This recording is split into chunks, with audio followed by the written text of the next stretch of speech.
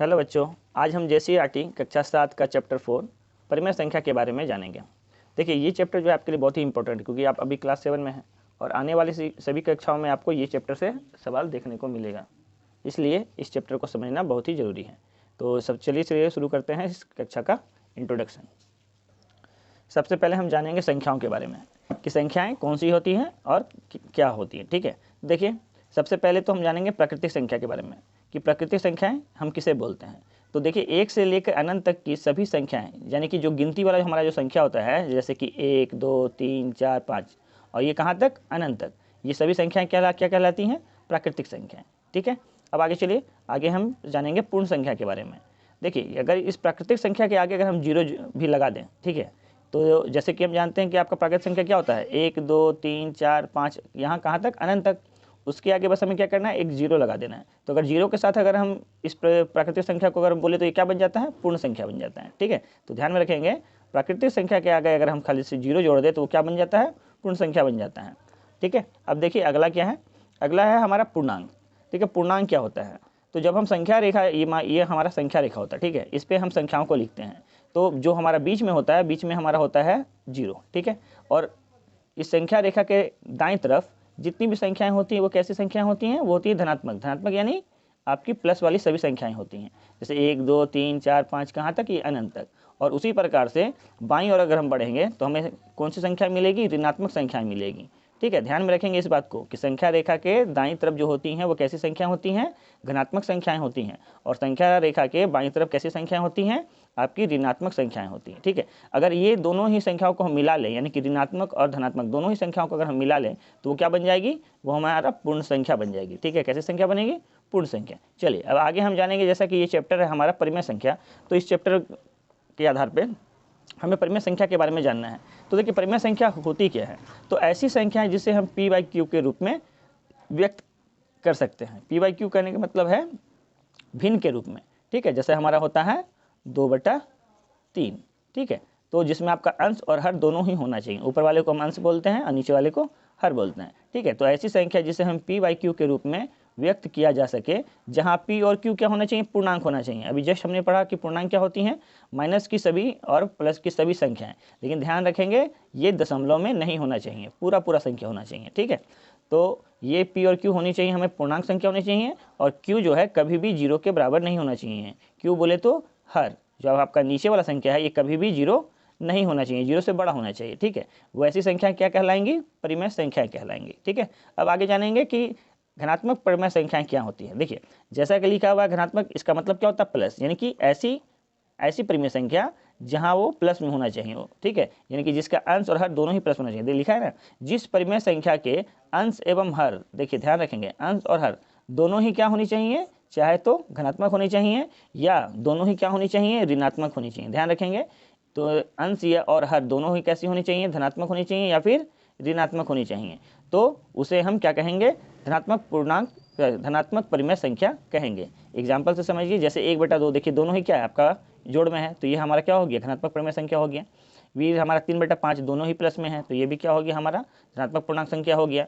और देखिए ये हमारा दोनों ही माइनस में है, तो देखिए ये माइनस क्या हो गया, कैंसिल हो गया। तो जब ये कैंसिल हो गया तो क्या बन गया, दोनों ही प्लस में बन गया ना, तो ये भी हमारा क्या बन गया, धनात्मक परिमेय संख्या बन गया। यहाँ भी देखिए -3 और -2 दोनों ही अंश और हर क्या है, माइनस में है। अगर इस दोनों माइनस को हम काट दे तो ये क्या बन जाएगा, आपका प्लस में ही बन जाएगा, तो ये भी कैसा संख्या बन जाएगा, धनात्मक परिमेय संख्या बन जाएगा। ठीक है, चलिए अब इसके आगे समझते हैं।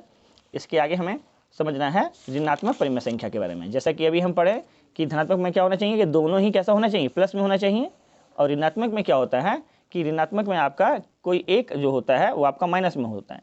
जिस परिमेय संख्या के अंश एवं हर में कोई एक, ध्यान रखेंगे, कोई एक धनात्मक पूर्णांक एवं दूसरा कैसा होना चाहिए, ऋणात्मक पूर्णांक हो, तो ऐसी संख्या ऋणात्मक परिमेय संख्याएं कहलाती हैं। देखिए एग्जाम्पल से समझिए देखिए पहला वाला क्या है, ऊपर में आपका क्या हो गया, अंश माइनस में है और हर क्या प्लस में है, लेकिन अगर रिजल्ट बोला जाए तो ये हमारा कैसा संख्या कहलाएगा, ऋणात्मक कहलाएगा, क्योंकि दोनों में से एक क्या है माइनस में है और ये हमें देखिए ये आपका अंश प्लस में है लेकिन हर क्या है, माइनस में है, तो ये भी हमारा कैसा संख्या बन जाएगा, ऋणात्मक परिमेय संख्या बन जाएगा। ठीक है, यहाँ में भी देखिए हमेशा इसमें ये ध्यान रखना कि एक संख्या आपका अगर माइनस में है तो वो हो जाएगा ऋणात्मक, और अगर दोनों ही माइनस में है तो वो बन जाएगा धनात्मक।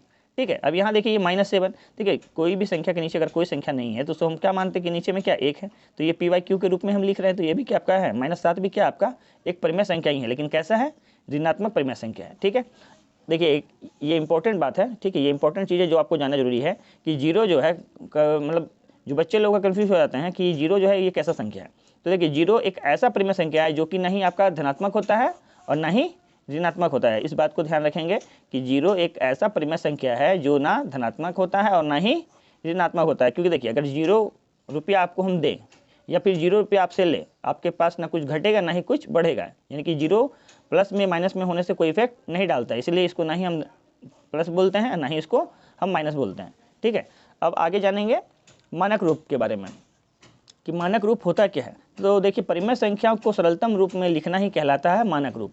सरलतम रूप कहने का मतलब है कि वो जितना आप उसको काट सकते हैं उसको हम काट के छोटा कर लेंगे। जैसे कि मान लीजिए 45/3 है, तो हम देख रहे हैं ये दोनों ही क्या है, आपका 3 का पहाड़ा से कट रहा है, तो 3 से काटेंगे तो 15 × 45, इसको 3 से काटेंगे तो 3 × 10। अब अभी भी देख रहे हैं कि ये दोनों 5 से कट रहा है, तो इसको और अभी हम 5 से काट सकते हैं, तो 5 से काट देंगे, तो ये हो जाएगा 5 × 15, ये 5 × 10। अब देखिए ये 3/2 जो है ये अब किसी भी पहाड़ा से नहीं कटेगा। किसी एक पहाड़ा में 3 और 2 आता है क्या, नहीं आता है। इसका मतलब है कि ये आपका कैसा रूप हो गया, ये आपका सरलतम रूप हो गया। ठीक है, सरलतम रूप हो गया। ठीक है, उसी प्रकार से जैसे कि आपका 24/-44 है, ये दोनों अभी भी क्या है, 2 के पहाड़ा से कट रहा है, तो इसको हम काट लेंगे, तो ये आ जाएगा 12/-22। ध्यान रखेंगे माइनस कभी भी रहेगा ना तो वो ऊपर चला जाता है, यानी ये माइनस ऊपर चला जाएगा। तो अभी भी देख रहे हैं ये कट रहा है 2 से, तो 2 से काटेंगे, 2 × 6 = 12 और यहाँ 11 बार में 22 आएगा, तो ये माइनस ऊपर चला जाएगा तो हो जाएगा -6/11। अब देखिए -6 और 11 किसी भी पहाड़ा में नहीं आता है। 6 और 11 किसी पहाड़ा में आता है, नहीं आता है, तो ये भी क्या हो गया आपका सरलतम रूप हो गया। ठीक है, अब देखिए आगे देखिए, जैसे एग्जांपल में दिया है -14 और -36, तो देखिए ये ऊपर नीचे क्या है, दोनों ही माइनस है ना। कभी भी ऊपर नीचे माइनस हो तो वो दोनों क्या होता है, कैंसिल हो जाता है और ये आपका संख्या प्लस में बन जाता है। यानी ये कैसा परिमेय संख्या हो जाएगा, ये आपका धनात्मक परिमेय संख्या हो जाएगा। ये 2 से काट रहा तो 2 से काट लेंगे, 2 × 7 = 14 और 18 × 2 = 36। अब देखिए ये 7 और 18 किसी भी पहाड़ा में नहीं आएगा, तो ये आपका क्या बन गया, सरलतम रूप बन गया। ठीक है, सरलतम रूप। ठीक है, अब आगे देखिए, ये आपका है -24/36, ये दोनों ही 12 का पहाड़ा से कट रहा, तो इसको हम दोनों को 12 से काटेंगे तो 12 × 2 = 24 और 12 × 3 = 36। ध्यान रखेंगे माइनस का चिन्ह हमेशा ऊपर चला जाता है। ठीक है, तो ये आपका -2/3। अब कभी भी 2 और 3 किसी पहाड़ा में आता है, नहीं आता है, तो ये भी हमारा क्या हो गया, सरलतम रूप हो गया। ठीक है, अब आगे जानेंगे। देखिए ये आपके लिए बहुत ही इंपॉर्टेंट पॉइंट है, इसलिए इसको बहुत ध्यान से सीखना है। क्या लिखा हुआ है कि संख्या रेखा पर परिमेय संख्या का निरूपण, यानी कि आप किसी संख्या रेखा पर परिमेय संख्याओं को कैसे दिखाएंगे। तो देखिए इसका बनाने का क्या नियम होता है। संख्या रेखा में परिमेय संख्या को दिखाने के लिए सबसे पहले 0 से 1 तक की दूरी को 10 बराबर भागों में बांटते हैं। देखिए सबसे पहले हम एक संख्या रेखा बनाएंगे और संख्या रेखा पे क्या करेंगे, 1 से लेके ये 0 और उसी प्रकार से -1 तक 10 भागों में बांटेंगे। देखिए -1, -2, -3, -4, सब ये क्या है, बराबर दूरी पे आप इसको 10 भाग में काट लिए हैं। यहाँ भी आपको 10 बराबर भाग में काट लिए हैं। देखिए 0 से 1 तक का दूरी को हम क्या किए हैं, 10 बराबर भाग में बांट लिए हैं। उसके आगे क्या बोल रहा है, उसके आगे बोल रहा है 0 के दाईं और धन पूर्णांक। देखिए दाईं और की जितना भी आपका संख्या है वो कैसा संख्या है, धनात्मक, यानी कि प्लस वाली संख्या है। सभी कैसी संख्याएं हैं, धनात्मक। और बाईं तरफ जितनी भी संख्याएं क्या है, कैसी होती हैं, ऋणात्मक। कैसी संख्या होती हैं, ऋणात्मक। ऋणात्मक बोलने का क्या मतलब है कि ये माइनस में से होंगी सभी संख्याएं। देखिए सब माइनस लगा हुआ है इसमें। ठीक है, अब आगे जानिए। प्रत्येक बिंदु एक दूसरे से समदूरस्थ होनी चाहिए। समदूरस्थ कहने का मतलब है समान दूरी पे होनी चाहिए। ठीक है, इसी प्रकार 0 से -1 तक भी 10 बराबर भागों में बांटना। देखिए 0 से लेकर -1 तक भी हम बराबर भाग में बांटे हैं। ठीक है, तो इस टाइप से हम संख्या रेखा पे किसी भी परिमेय संख्या को हम दिखाते हैं। तो इस चीज़ को ध्यान से समझ लीजिए, क्योंकि आगे आपका जो आने वाला चैप्टर है चैप्टर 4, उसमें आपको ये वाला सवाल देखने को मिलेगा। ठीक है, आगे देखिए। दो परिमेय संख्याओं के बीच में अनेक कहने मतलब है अपरिमित परिमेय संख्याएं होती हैं। ये आपका सीधा सीधा क्वेश्चन पूछा जाता है कि दो परिमेय संख्याओं के बीच में कितनी परिमेय संख्याएं होती हैं। तो आपका आंसर क्या होना चाहिए, अपरिमित। क्यों होनी चाहिए, चलिए इसके बारे में हम जानते हैं। जैसे मान लीजिए कि 1/3 है और 3/5 है। अब इसके बीच आपको बोला जाएगा कि आपको कि इसमें 3 परिमेय संख्याओं को आप मालूम करके दिखाइए, ठीक है। तो हमको 3 निकालना है, तो चलिए इसको हम क्या करेंगे। तो सबसे पहले क्या नियम है कि जो नीचे वाला आपका जो संख्या होता है, यानी कि हर जो होता है, इस हर का हमें लॉसो लेना होता है। तो लिखेंगे 3 और 5 का लॉसो, ठीक है।